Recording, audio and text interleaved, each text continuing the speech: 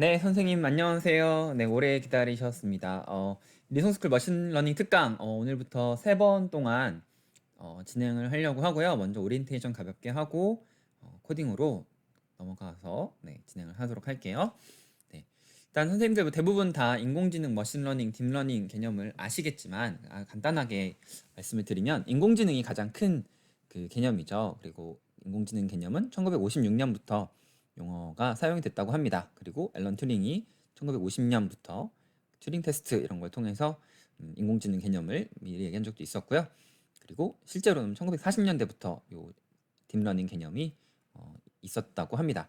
그런데 그 인공지능이 옛날에는 그냥 그 룰 베이스라고 규칙 중심이라고 하는데 사람이 알고 있는 지식을 컴퓨터한테 알려줘서 우리가 if, else 이런 거 하듯이요.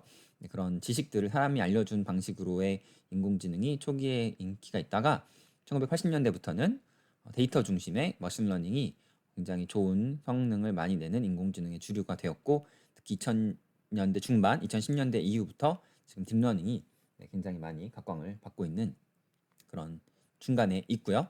네, 그리고 딥러닝에 대해서는 저희가 이번에 다루진 않을 거고 머신러닝 중심으로 다루도록 하겠습니다. 머신러닝보다 딥러닝이 재밌고 신기한 일들 많이 하긴 하지만 학교에서는 또 머신러닝 가지고 해볼 만한 것들도 되게 많아서 이번에 세 번의 특강을 듣고 나시면 선생님들께서도 더 재밌는 생각을 해보실 수 있지 않을까 싶고 우리가 함께 뭐 캐글 같은 거 도전해보면 너무 재밌을 것 같습니다. 때마침 지금 캐글 또 진행되는 게 있어서 그것도 제가 강의 이번 3번째 하고 나서 또 소개를 해드리도록 할게요. 머신러닝은 지도학습, 비지도학습, 강화학습 뭐 이렇게 나뉜다고 이야기를 많이 하는데 이 중에서 보통 이제 처음 입문할 때 지도학습을 많이 보고요. 지도학습은 문제랑 답이 주어지는 형태의 학습이고 비지도학습은 문제만 있고 정답은 없는 그런 형태의 문제라는 거 참고로 알고 넘어가시고 지금은 일단 지도학습 중심으로 살펴보도록 하겠습니다. 선생님들 지금 요 두 개의 빈칸이 있는데요. 요 두 개의 빈칸을 한번 살펴보실래요? 어떤 값이 요 안에 들어가 있을까요? 네, 3씩 증가하니까 이게 3일 것 같고 그럼 얘가 몇이겠다. 그렇죠. 앞에 숫자는 3이고 뒤에 숫자는 5인데요.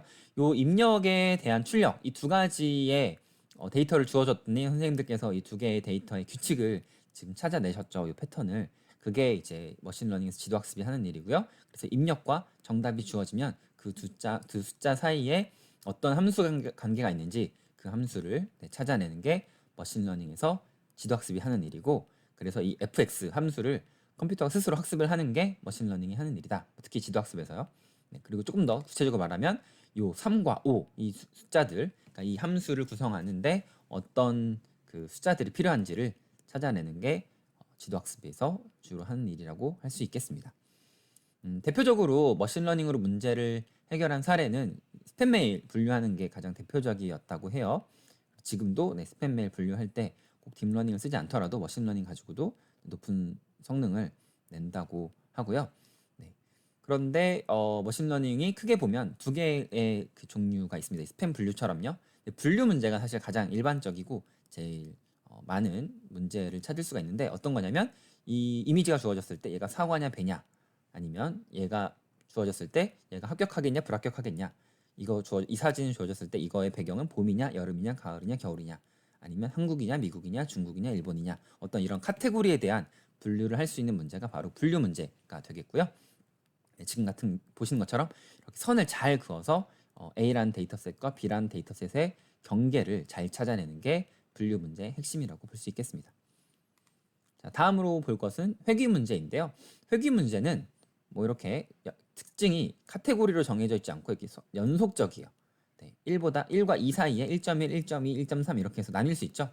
그렇게 연속적인 데이터를 예측을 하는 게 회귀 문제이고 어떤 이렇게 그러니까 카테고리가 나눠져 있는 문제를 예측하는 게 분류 문제다라고 간단히 생각해 볼 수 있을 것 같아요.